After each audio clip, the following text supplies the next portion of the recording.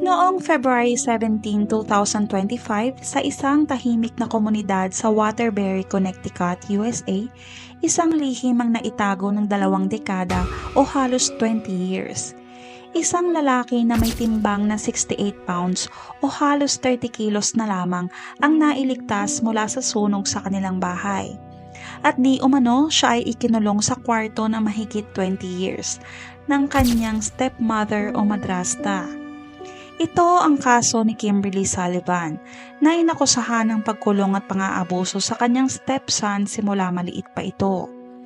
Ang pangyayaring ito ay inilarawan ng police chief ng Waterbury na worst case of human cruelty sa kanyang law enforcement career ng halos 33 years.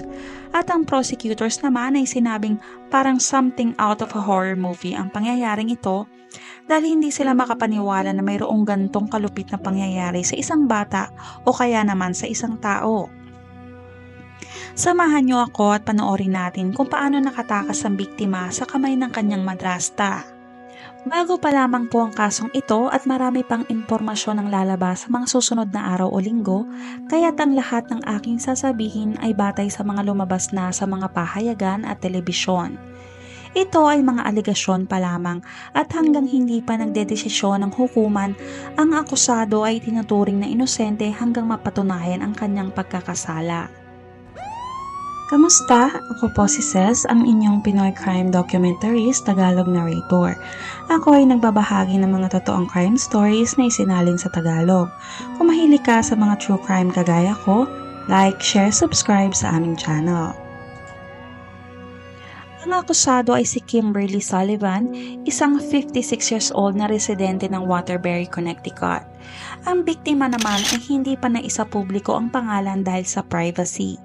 Ang biktima ay pinanganak noong 1993. Anak siya ni Tracy at Craig Sullivan. Ang biological na ina naman ng biktima na si Tracy ay hindi naging aktibo sa buhay nito. Ayon sa records, nag-divorce ang kanyang mga magulang noong 1994. Nakilala naman ng kanyang ama ang isang Kimberly Boyle at nagpakasal sila Craig at Kimberly noong 1995 at si Kimberly Boyle ay tuluyan na naging Kimberly Sullivan. Mayroong half-sisters ang biktima. Si Ashley, 28 years old, pinanganak noong 1996 at si Jamie, 27 years old, pinanganak noong 1997. Lumaki silang magkakapatid sa parehong bahay na iyon sa Waterbury at di umano pabalik-balik lang sa bahay na iyon hanggang sa lumaki na sila at naging adults. Sa kabila ng mahabang panahon ng pagtatrabaho ni Craig Sullivan bilang shipper sa isang lokal na kumpanya, ang Gem Manufacturing, nahirapan ng mag-asawa na matustusan ang kanilang mga gastusin.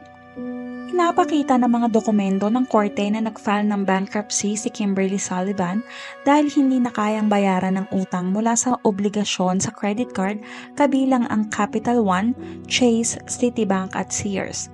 Sa kasamaang palad, pumanaw si Craig Sullivan noong nakaraang taon. Nang pumanaw si Craig, ang tanging pinagkukunan ni Kimberly ay mula sa welfare check na lamang. Kasama rin sa pinansyal na pasanin ng pamilya ang una at pangalawang mortgage ng kanilang bahay ayon sa mga dokumento. Punta tayo sa araw ng pangyayaring sunog. February 17, 2025, bandang 8:42 ng gabi, nakareceive ang Waterbury Police Department ng fire complaint sa isang bahay sa Waterbury, Connecticut. Pakinggan natin saglit ang tawag sa 911. It's Stoke Lake Street. What's the address? Please hurry. It's Stoke Lake Street. There's a fire. Okay. Oh my God. Lake There's a Street? fire. I'm trying to see. Ma'am, what's Stoke over Lake there? Street. The TV. I don't know. My son, he was a stepson. He's in his room, and I don't know. He did something with the TV. I was sleeping. I fell asleep. These flames or smoke? Yeah. Come on, Steps. Come on. Okay, can you get Yes, we need an ambulance, please. Okay. Please. Ang complainant ay si Kimberly Sullivan, 56 years old. Agad namang pumunta ang dalawang officer ng Waterbury Police Department at ang Waterbury Fire Department. Pagkarating nila sa bahay, agad na inapula ang apoy sa labas. Sabi ni Kimberly, nasa loob ang stepson niya, kaya pumasok na rin ang mga bombero sa loob ng bahay. Paglabas nila ay may karga-karga na lalaki ang mga bombero palabas ng bahay. Naobserbahan nila na ang lalaki ay sobrang payat at hindi makatayo kaya't binuhat na ito ng mga bombero papuntang ambulansya. Naobserbahan naman ng mga pulis na si Kimberly ay nasa labas lang ng bahay at walang anumang sugat o sunog sa katawan. Ang mga kwarto sa ikalawang palapag ay nagtamo ng malubhang pinsala mula sa apoy, usok at tubig dulot ng insidente. Sinuri ng officer ang biktima sa ambulansya habang siya ay ginagamot ng first aid. Agad na napansin ng officer na labis itong payat, magulo at walang ayos ang buhok, sobrang dumi at lahat ng kanyang ipin ay nabubulok na. Sa kaputihang palad, ang biktima ay gising at alerto pero nahihirapan siyang magsalita dahil sa malakas na usok. Noon niya na sinabi sa officer na sinadya niyang sindihan ng apoy sa kanyang kwarto sa second floor gamit ang lighter, hand sanitizer at papel dahil gusto niyang makatakas sa bahay na iyon. Sinabi niya na siya ay nakakulong doon sa bahay buong buhay niya. Siya raw ay tinatago sa bahay mula pa noong siya ay 11 years old pa lamang. Ang kanyang stepmother di umano na si Kimberly ang naglagay sa kanya sa maliit na kwarto at nilalak ang pinto ng kwarto mula sa labas. Samantala, inilipat ang biktima sa St. Mary's Hospital para sa karagdagang gamutan. Ngunit naging kritikal dahil sa labis na usok kaya dinala siya sa isa pang ospital. Ang pulis naman ay in-interview si Kimberly sa bahay. Kasama niya ang isang anak na babae at ang boyfriend nito. Sinabi ni Kimberly di umano na hindi niya alam ang nangyari. Nagising na lang siya sa usok at agad na pumunta sa kwarto ng biktima.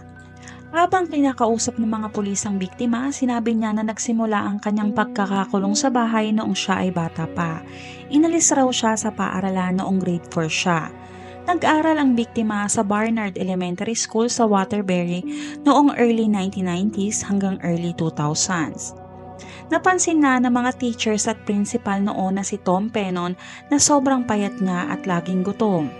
At di umano nagnanakaw ng pagkain mula sa kanyang mga kaklase at minsan pa nga raw ay kumakain ito ng galing sa basurahan. Nang tanungin ng biktima, hindi raw siya pinapakain sa bahay kaya madalas lagi siyang gutom.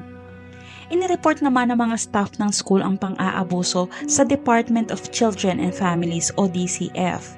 May mga naganap namang home visits at welfare check sa bata pero walang naging resulta dahil mukhang maayos naman raw ito noon.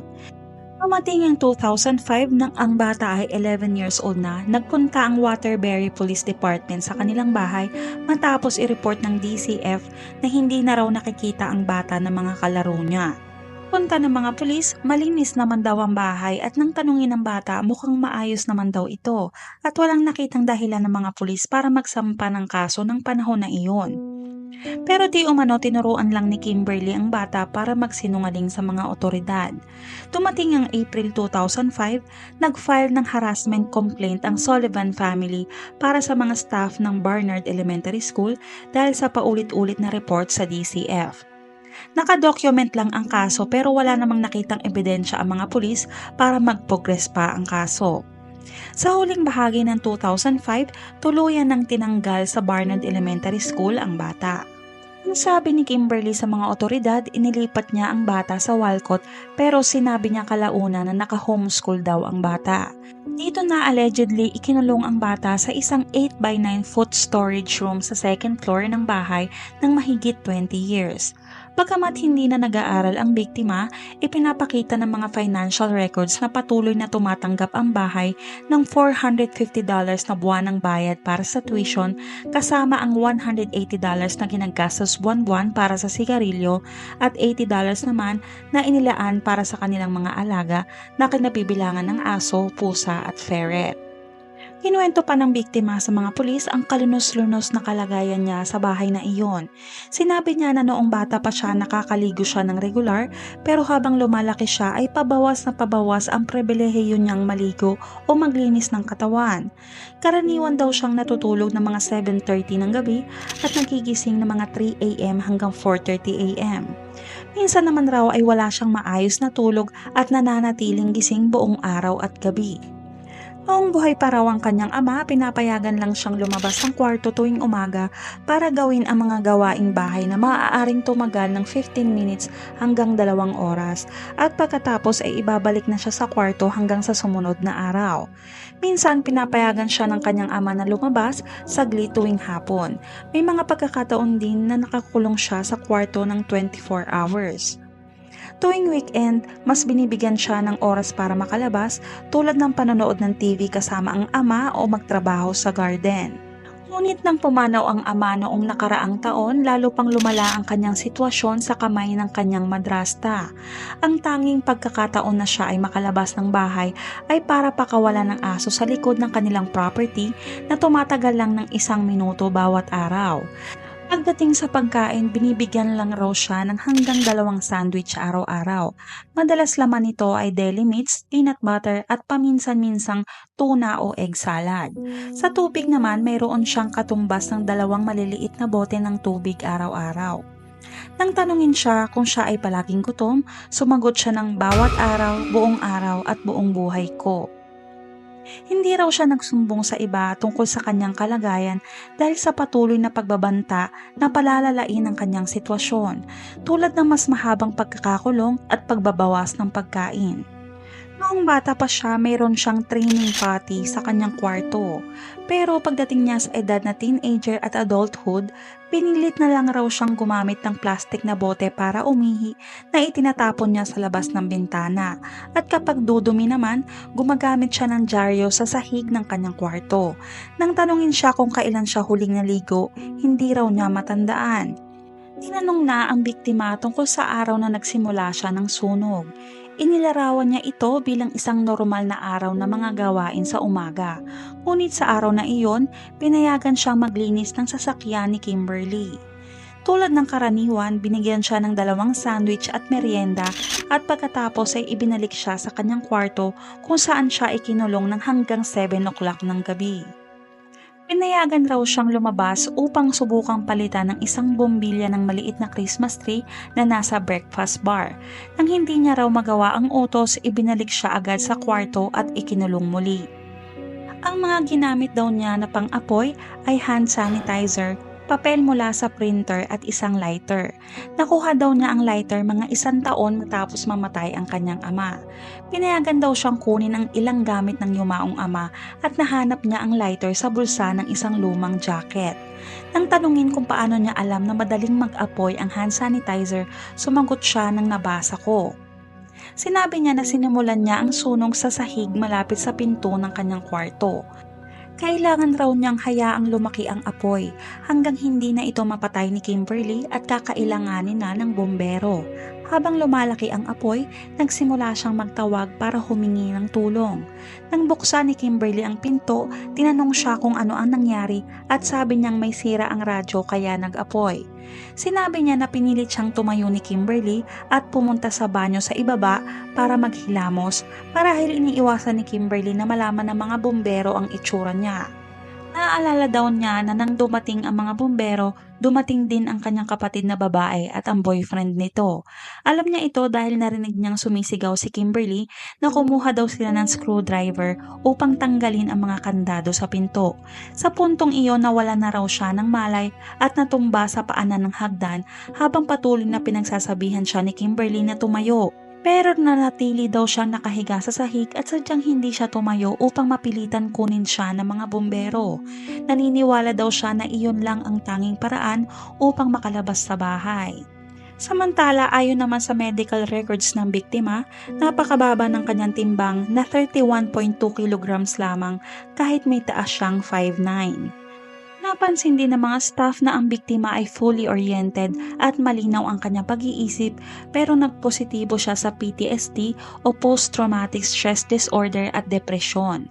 Napansin rin nila na may kahirapan siya sa paggamit ng kanyang mga braso para mag-push at mag-pull, pati na rin ang paggamit ng mga binti para sa paggalaw o maglakad. May problema rin siya sa kontrol ng kanyang katawan para sa mobility. Batay sa mga inilahad ng biktima, naniniwala ang mga pulis na may probable cause at humiling na mag-issue ng warrant of arrest para kay Kimberly Sullivan. Ang akusado ay nahaharap sa kaso ng cruelty to persons, assault in the first degree, kidnapping in the second degree, unlawful restraint in the first degree, at reckless endangerment in the first degree. Pero pinalaya siya pansamantala sa halagang $300,000 bond at nakatakdang humarap sa korte sa March 26, 2025. Samantala, sinabi ng isang abogado ni Kimberly na wala itong kasalanan sa anumang ibinibintang sa kanya. Nang mamatay raw ang kanyang asawa noong January 2024, siya na ang nag-alaga dito dahil ibinilin daw ng kanyang asawa ang stepson sa kanya. Sabi pa ng abogado ni Kimberly na noong pumanaw ang ama ng biktima, mahigit 30 years old na ang lalaki, kaya't hindi si Kimberly ang magkokontrol sa buhay niya. Samantala, sa March 26, 2025, ang nakatakdang hearing ng kasong ito at bibigyan ko kayo ng update matapos ang resulta ng investigasyon.